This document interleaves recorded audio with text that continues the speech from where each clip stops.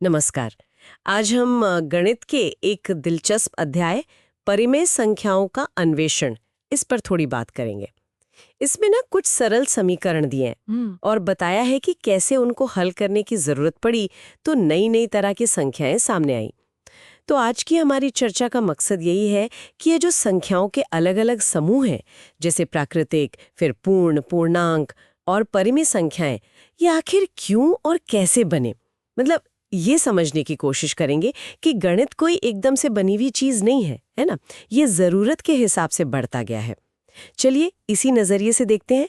कहानी शुरू होती है एक बहुत ही सीधे से समीकरण से, x + 2 = 13। अब इसे हल करें तो सीधा सा जवाब आता है x = 11। और 11 तो एक प्राकृतिक संख्या है, मतलब गिनती वाली संख्या। यहाँ तक तो सब आसान लगता है, जैसे रोज का हिसाब किताब। बिल्कुल। प्राकृतिक संख्याएं गिनती के लिए काफी थी, रोजमर्रा के काम के लिए। लेकिन गणितीय जरूरतें वो थोड़ी आगे जाती हैं। सोचिए, अगर समीकरण हो x + 5 = 5। अच्छा, x + 5 = 5, तो इसमें x का मान 0, मतलब 0 होगा। हाँ, 0। अब ये जो 0 है, ये प्राकृतिक संख्याओं के समूह में तो नहीं आता। तो यहीं से एक नए समूह की जरूरत महसूस हुई, जिसे हम कहते हैं पूर्ण संख्याएं। इसमें 0 भी शामिल होता है। अच्छा, तो 0 को शामिल करना पड़ा क्योंकि समीकरण का हल 0 आ रहा था। क्या ये सिर्फ एक मतलब टेक्निकल जरूरत थी, या इसने गणित की सोच को भी कुछ बदला? देखिए, ये सिर्फ तकनीकी जरूरत से कुछ ज्यादा था। 0 ने कुछ नहीं को एक संख्या का रूप दिया, और ये आगे चलकर गणित में बहुत बहुत महत्वपूर्ण साबित हुआ। पर क्या पूर्ण संख्याएं काफी थीं? जरा इस समीकरण को देखिए। x + 18 = 5। x + 18 = 5।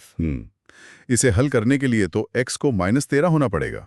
और -13, ये तो न प्राकृतिक है न पूर्ण संख्या, ये तो ऋणात्मक, मतलब नेगेटिव नंबर है। तो क्या इसका मतलब है कि एक और बड़ा परिवार चाहिए था संख्याओं का? संख्याएं, ऋणात्मक संख्याएं और 0 सब शामिल हैं। तो अब हमारे पास एक ऐसा सेट था जिससे जोड़ना, घटाना ये सब मुमकिन था, चाहे नतीजा प्लस में आए, माइनस में या 0 हो। तो ऐसा लगने लगा कि हाँ, शायद अब हमारी संख्या प्रणाली पूरी हो गई है। हाँ, सही बात है। जोड़, घटाओ, यहाँ तक कि गुणा भी पूर्णांकों से आराम से हो जाता है। जैसे 2 गुणा -3 करें तो -6 आता है, वो भी पूर्णांक है। तो क्या क्या कोई ऐसी आम गणितीय क्रिया बची थी जहाँ पूर्णांक भी मतलब कम पड़ गए? बहुत अच्छा सवाल पूछा आपने। गुणा तक तो सब ठीक था। पूर्णांकों को गुणा करने पर पूर्णांक ही मिलता है। लेकिन भाग यानी डिवीजन, उसके साथ हमेशा ऐसा नहीं होता। स्रोत हमें 2 समीकरण देता है इसके लिए। पहला है 2x = 3 और दूसरा है 5x + 7 = 0। क्या इन्हें पूर्णांकों का इस्तेमाल करके हल कर सकते हैं? देख के। पहला 2x = 3, इसका हल तो होगा x = 3/2। और दूसरा 5x + 7 = 0, इसका हल होगा x = -7/5। अरे हाँ, ये तो बटे वाली संख्याएं हैं, मतलब फ्रैक्शंस। ये पूर्णांक तो नहीं है। तो इसका मतलब? एक और कदम उठाना पड़ा गणित में। बिल्कुल।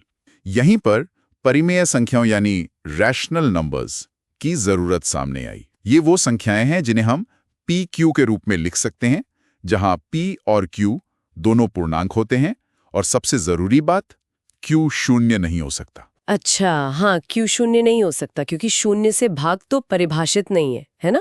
ये शर्त जरूरी है ताकि भिन्न का कोई मतलब निकले। सही। तो ये जो परिमेय संख्याएं आई PQ वाली, क्या ये इतनी सक्षम है कि इनसे इस तरह के सभी समीकरण हल हो जाएं? देखिए, जो सरल रेखिक समीकरण हैं, यानी सिंपल लिनियर इक्वेशंस, उनके लिए तो हाँ, परिमेय संख्याओं ने भाग वाली समस्या को काफी हद तक सुलझा दिया और हमें समीकरणों की एक बड़ी रेंज को हल करने की ताकत दी।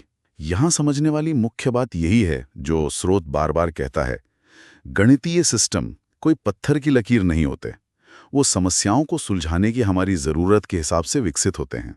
हर नए तरह का सवाल हमें संख्याओं के एक और ज्यादा बड़े दायरे की तरफ ले जाता है। तो ये जो पूरी यात्रा है, प्राकृतिक संख्याओं से शुरू करके पूर्ण, फिर पूर्णांक और आखिर में परिमेय संख्याओं तक आना, ये असल में गणित कैसे विकसित हुआ उसी की कहानी है। हर अगला कदम पिछले कदम की कमियों का जवाब था। ये जानना बड़ा दिलचस्प है कि ये सब कॉन्सेप्ट्स हवा में नहीं बने, बल्कि ठोस समस्याओं को हल करने की कोशिश में निकले। बिल्कुल। स्रोत हमें परिमेय संख्याओं तक लाता है, जो इन सरल समीकरणों के लिए जरूरी है। लेकिन जैसा गणित में अक्सर होता है, एक जवाब कई नए सवाल खड़े कर देता है। ये हमें सोचने पर मजबूर करता है।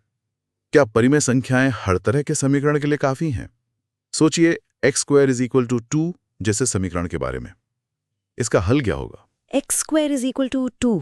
हाँ, ऐसी कोई परिमेय संख्या तो शायद नहीं है जिसे उसी से गुणा करने पर 2 आ जाए, मतलब PQ फॉर्म में। शायद नहीं। शायद नहीं? हाँ। तो क्या हमें संख्याओं के एक और भी बड़े समूह की जरूरत पड़ेगी? ये सवाल हम आगे की खोज के लिए छोड़ते हैं।